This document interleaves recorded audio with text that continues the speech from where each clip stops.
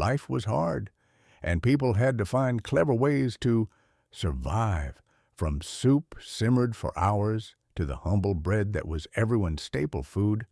We'll discover the surprisingly simple and effective methods they used. Join us as we uncover the secrets of the Middle Ages' cheapest foods and drinks. Pottage is a term for a thick soup or stew made by boiling vegetables, grains, and, if available, meat or fish. Pottage ordinarily consisted of various ingredients, sometimes those easily available to peasants. It could be kept over the fire for a period of days, during which time some of it could be eaten and more ingredients added. The result was a dish that was constantly changing. Pottage consistently remained a staple of poor people's diet throughout most of the 9th to the 17th century Europe. The pottage that these people ate was much like modern-day soups. When wealthier people ate pottage, they would add more expensive ingredients such as meats. Kings, knights, priests, peasants, everyone ate bread in the Middle Ages. White bread, made from wheat, became the preferred choice in the Middle Ages. Even medieval doctors recommended it as the healthiest bread. But the poor baked darker breads made from oats or rye, if necessary, they could add rice, peas, lentils, chestnuts, acorns, or other foods to the mixture. In medieval France, most people ate a type of bread called meslin, made from a mixture of wheat and rye. Gruel is a food consisting of some type of cereal, such as ground oats, wheat, rye, or rice, heated or boiled in water or milk. It is a thinner version of porridge that may be more often drank rather than eaten. Historically, gruel has been a staple of the Western diet, especially for peasants. Gruel may also be made from millet, hemp, barley, or, in hard times, from chestnut flour or even the less bitter acorns of some oaks. Gruel has historically been associated with feeding the sick and recently weaned children. Turnips were a staple food item in Europe for centuries. During the medieval and Renaissance eras, they were inexpensive, easy to grow, and survived the cold of winter. Root vegetables, sometimes lumped together under the blanket term potherbs, were often thrown into the pottage cauldron and even fed to the horses or other livestock. Physicians said they were good for the lungs and were categorized according to the 4 humors, as hot and moist. Due to the turnip's appetite-stimulating properties, they were thought to be best served with vinegar and salt. Because they were such a commodity in rural areas, turnips tended to be associated more with the poor rustic classes and eventually fell out of favor amongst those with a wider variety of food options. Turnip eater was used as an insult, the 15th century equivalent to idiot or country bumpkin.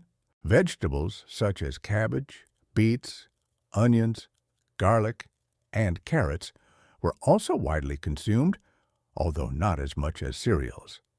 Vegetables were frequently consumed by the working and peasant classes, but were always less prestigious than meat. The recipe books that began to appear towards the end of the Middle Ages, usually written for wealthy families, made little use of vegetables outside of appetizers and soups. Cuisine of the Middle Ages regularly featured beans, cabbage, and onions. In addition to serving as a food for the poor and the wealthy, onions were prescribed to alleviate headaches, snake bites, and hair loss. They were also used as rent payments and wedding gifts. It was predominantly broad or fava, beans that were consumed. These beans were indigenous to Europe, North Africa, and Western Asia, and were an important source of protein for the lower sections of society, being seen as poor man's food. Beans were a versatile ingredient, for example in times of famine. Bean meal was also used in bread making to supplement the lack of grain. Peas were another common foodstuff during the medieval period. Unlike beans, however, The pea seems to have been consumed by all members of society, as suggested by its presence in cookbooks that would have been owned by the wealthy. Peas were mainly harvested in August or September after they had dried in the pod, but as evidenced by village bylaws, during June and July, the poor were permitted to pick peas from the ends of the strips in open fields for their own consumption. Ale is a style of beer, brewed using a warm fermentation method. In medieval England, the term referred to a drink brewed without hops. Ale was an important source of nutrition in the medieval world. It was one of three main sources of grain in the diet at the start of the 14th century in England, along with pottage and bread. Scholars believe grains accounted for around 80% of the calorie intake of agricultural workers and 75% for soldiers. Even nobles received around 65% of their calories from grains. Small beer, also known as table beer or mild beer, which was highly nutritious, contained just enough alcohol to act as a preservative and provided hydration without intoxicating effects. Small beer would have been consumed daily by almost everyone, including children, in the medieval world, with higher alcohol ales served for recreational purposes.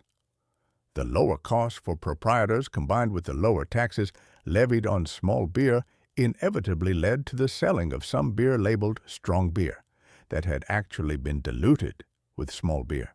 Following the Crusades, the use of spices became widespread during the high medieval ages, and spices began to be used in beer and ale as well.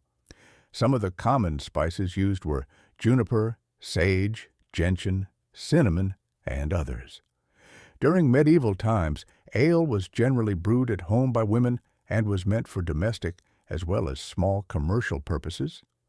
Other than these common medieval drinks, various other non-alcoholic drinks were also in vogue. For instance, fruit juices of various types were drunk by all social classes. Other than drinking fresh fruit juices, fruits were also fermented to produce less common alcoholic medieval drinks, such as cider or perry. Apples were used in the case of cider, while perry was produced from pears. Similarly, blackberries or black mulberries were used to make murray, and prunelle was made from plums. Mead was another one of the highly popular medieval drink and was also known as honey wine. It was made by mixing honey and water through fermentation with yeast. It was common to brew mead with spices, grain mash, or fruits. Mead was not just popular among the medieval drinks, but was also well known throughout ancient Europe, Asia, and Africa. It has also been mentioned in various epics from early medieval times. For instance, the famous Old English epic poem Beowulf mentions Danish warriors drinking honey mead. In ancient and in medieval times, acorns were also occasionally employed as food for man in cases of emergency. When there is scarcity of corn, Pliny noted in the Naturalis Historia that people used to dry acorns and grind them into flour, and knead this in panis usum to make bread. This was exactly the role that acorns began to play at some point in the history of Western civilization among peasants. Replacement food, or even more precisely, replacement flour. This substitution would be made on numerous occasions in the past, medieval times included. Wars, famines, bad seasons, etc. This is a beautiful demonstration of a peculiar human attitude, that of sticking to habits, no matter the context.